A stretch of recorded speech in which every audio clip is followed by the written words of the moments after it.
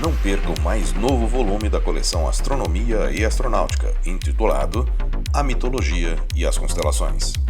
E não deixe de seguir Astronomia e Astronáutica no Instagram. Os links estão na descrição desse episódio.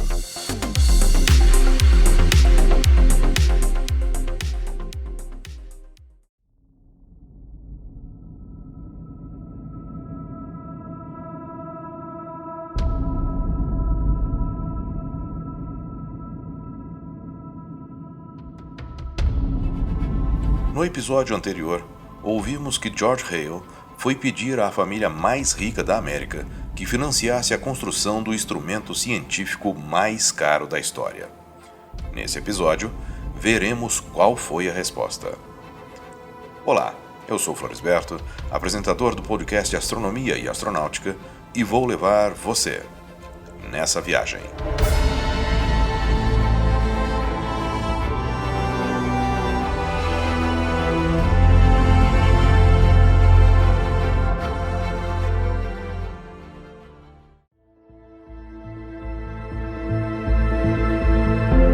Após sua exposição em defesa da construção do que seria o maior telescópio do mundo, houve um silêncio na sala onde era feita a reunião.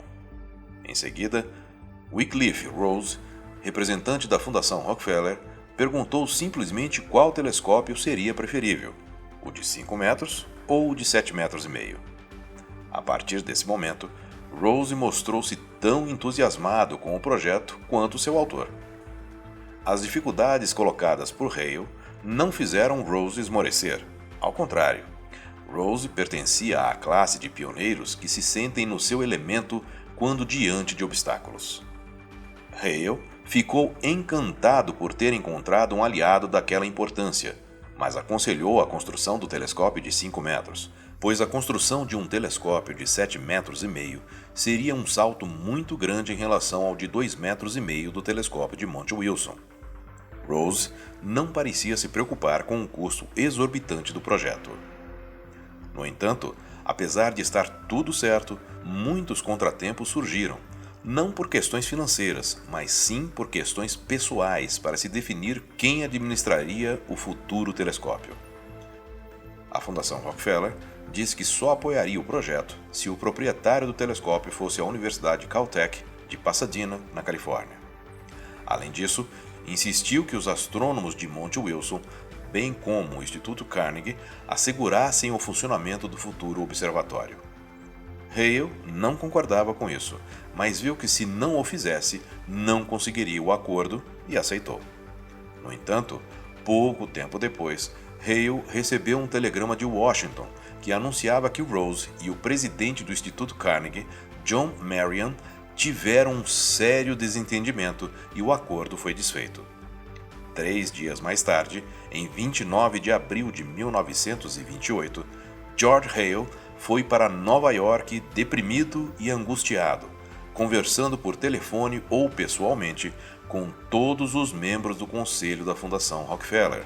Mas o problema não estava aí, mas sim com John Marion, do Instituto Carnegie, que não abria mão do observatório sob sua administração. Hale, então, conversou com um velho amigo que tinham em comum e que já havia sido procurador da Carnegie Corporation, Elihu Root, e que havia também sido ministro da guerra no governo Theodore Roosevelt. Depois de explicar a Root a situação, ele entendeu que se tratavam de rivalidades pessoais antigas entre Carnegie e Rockefeller. No fim da conversa entre os dois, Root declarou com um sorriso que o Instituto Carnegie forneceria os cérebros e os Rockefellers as verbas.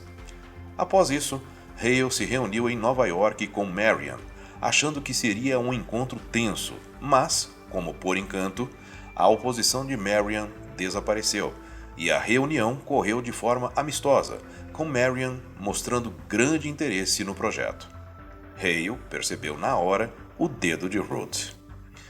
Quando foram informados do acordo com Carnegie, os diretores da Fundação Rockefeller aprovaram, no dia 26 de maio de 1928, um crédito de $6 milhões para a construção do supertelescópio. Apesar de estar feliz e aliviado, logo surgiu um novo problema para Hale. A Fundação Rockefeller informou que os gastos de operação do telescópio, estimados em $150 mil por ano, deveriam ficar sob a responsabilidade do Caltech. Porém, nessa época, o Caltech estava com os cofres vazios. No entanto, amigos e colaboradores de Hale estavam tão entusiasmados com o futuro telescópio que um deles, Henry Robinson, comprometeu-se pessoalmente a fornecer todos os anos a quantia necessária. Todos os envolvidos no projeto deram um suspiro de alívio. A construção do telescópio de 5 metros poderia, enfim, ser iniciada. Mas, a essa altura, ninguém poderia prever que no ano seguinte, 1929, uma forte crise financeira atingiria os Estados Unidos e engoliria a fortuna de Robinson, que não poderia mais arcar com a promessa feita no ano anterior de assumir os custos de operação do telescópio. Seria o fim do projeto? Descubra no próximo episódio. Eu sou Floresberto, produzi e apresentei esse podcast Astronomia e Astronáutica. Até a próxima viagem.